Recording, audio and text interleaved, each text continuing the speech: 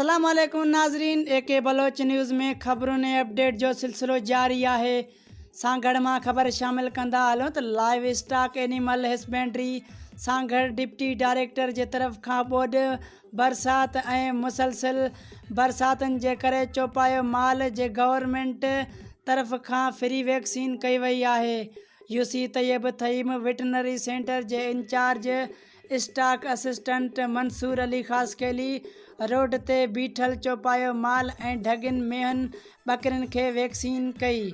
मुसलसिल बरसातुनि जे करे माल में बीमारी विगिर जी वैक्सीन करे चौपायो माल खे बीमार थियण खां बचायो वञे पियो, जीअं ग़रीब माण्हुनि ऐं मालवंद माण्हुनि जो घणो नुक़सान न थिए। तैयब थईम यूसी सालेहाबाद लांडी ढठड़ो मलूक चाकराणी दिलबर सरीवाल मीर मोहम्मद वसाण ऐं इर्द गिर्द रोडनि ते चौपायो नंढो वॾो माल जो वैक्सीन कयो वियो।